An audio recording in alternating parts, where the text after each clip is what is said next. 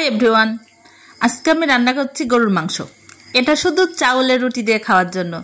চালের রুটি দিয়ে মাংস খেতে কিন্তু খুব ভালো লাগে। এই মাংস রান্নার প্রসেসিংটা কিন্তু আলাদা, এটা আমাদের অঞ্চলে করে। প্রথমে আমি এখানে মাংসগুলো কেটে নিয়ে ভালো করে ওয়াশ করে পানি ঝরিয়ে নিয়েছিলাম। তারপরে কাঁচা মরিচ, সরিষার তেল আর বাটা মশলা, আদা পেস্ট, রসুন পেস্ট, জিরা পেস্ট, পেঁয়াজ পেস্ট, রসুন পেস্ট, হলুদ গুঁড়ো আর গুঁড়া মরিচ। ঝালের পরিমাণ অবশ্যই বেশি দিতে হবে। এলাচ, দারচিনি, কালো ফল, তেজপাতা, সব রকম মশলা। আমি সব রকম মশলাগুলো দিয়ে প্রায় 30 মিনিট মেখে রেখে দিয়েছিলাম। যে পার্টটা আপনাদের দেখানো সম্ভব হয়নি ওটা আমি খুঁজেই পাচ্ছি না।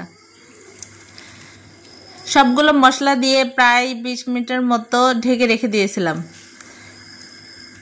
তারপরে এটা ভালো করে কষিয়ে নিচ্ছি। এখন আমি এর মধ্যে আলু দিয়ে দিলাম। রুটি দিয়ে মাংস খেতে তার সঙ্গে যদি আলু দেওয়া যায় তাহলে কিন্তু খারাপ লাগে না, খুব মজা লাগে। বাইরে বৃষ্টি হচ্ছে, এরকম সময় রাতের বেলা রুটি আর মাংসর ঝোল, এটা খেতে কিন্তু ভীষণ ভালো লাগে। আমাদের ফ্যামিলির সবাই এটা পছন্দ করে।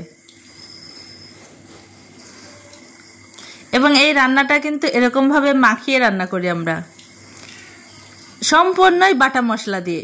এখানে কোনো পেঁয়াজ বা রসুন বা অন্য কোনো কিছু কাটা মশলা ইউজ করি না।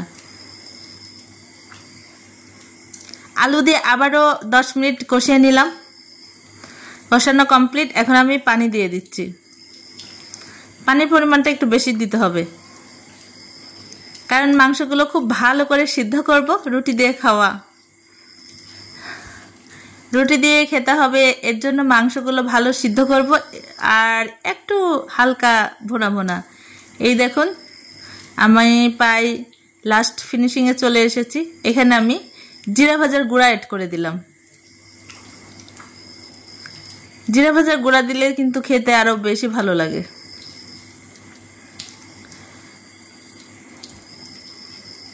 রান্না প্রায় শেষের দিকে। এখন গরম গরম চালের রুটি তৈরি করে নেব। আলু দিয়ে মাংসর এরকম রান্না করা খেতে কিন্তু খুব ভালো লাগে। একদমই মাংসগুলো সিদ্ধ হয়ে যাবে। ওকে, ভালো থাকবেন। দেখা হবে নতুন কোনো রেসিপি নিয়ে।